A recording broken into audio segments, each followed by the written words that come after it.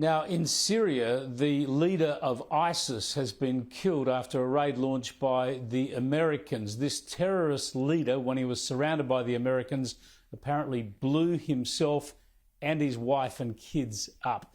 Here's a report from CNN.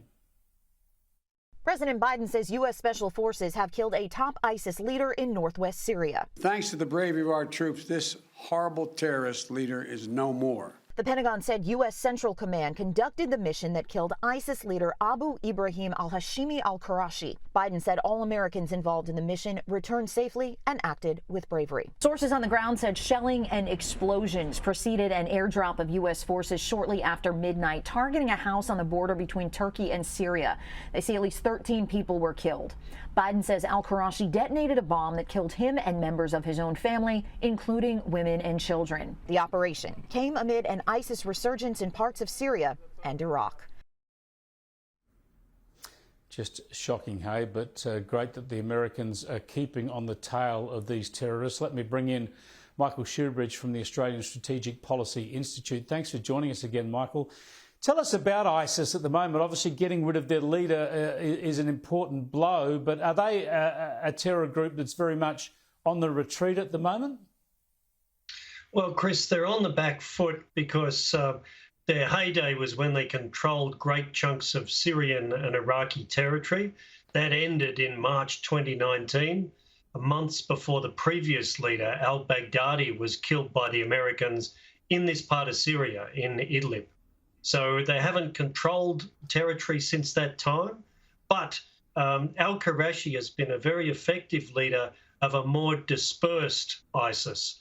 And ISIS is still a force to be reckoned with in Syria and Iraq.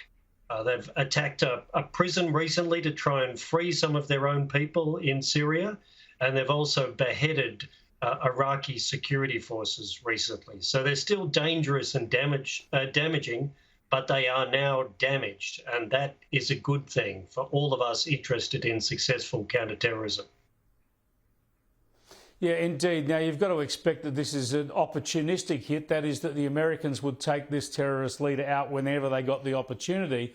But President Joe Biden's been all over this announcement, showing that he was there and ordered the raid and giving some comments to the media about how it unfolded. You can't help that he's looking to promote himself now as a strong foreign affairs leader, given that he has been anything but on other issues. I just want to remind people what he said a couple of weeks ago in his press conference when he's supposed to be standing up to Vladimir Putin over Ukraine, and he virtually invited him in. Have a look.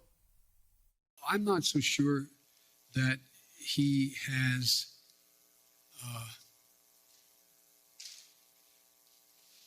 David, I'm not so sure he is certain what he's going to do. My guess is he will move in. He has to do something.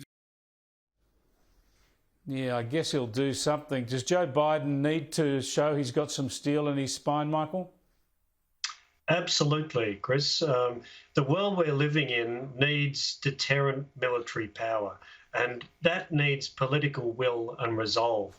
This is something that Biden did need to demonstrate. So this successful raid is all good news for him. And it's come at a good time, given the Ukraine crisis that you mentioned. But it's probably not a bad message to Xi in Beijing either. Don't underestimate American political will, American military power, and the effectiveness of their intelligence. You know, this guy was hiding himself. He wasn't leaving the house. Apparently he would bathe out on the rooftop, but that's the only time he was seen outside the house. He was in a denied area, a difficult area, and he protected himself in ways bin Laden did. And yet the Americans have successfully conducted a nighttime raid and killed him without casualties to themselves. And they've probably gathered a whole lot of really useful intelligence at the same time.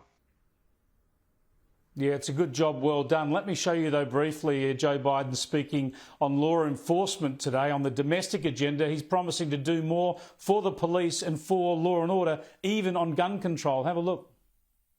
We want to crack down on the flow of firearms used to commit violence. That includes taking on and shutting down rogue gun dealers. It's about doing background checks, as well as outright selling of that, making sure that people who are not allowed to have a gun don't get the gun in the first place. Far from convincing yet again, Michael. Just very briefly, though, what are his chances of delivering greater gun control? They'd be somewhere between 0 and none, wouldn't they? I think there's 0. You know, US presidents have tried to use the pulpit of the presidency for decades now, and each time they've failed. I think the last thing I'd say about this raid is it's a reminder to us about the value of capable covert special forces. That's something we need to refocus our own special forces on. So there's a message here for Australia too.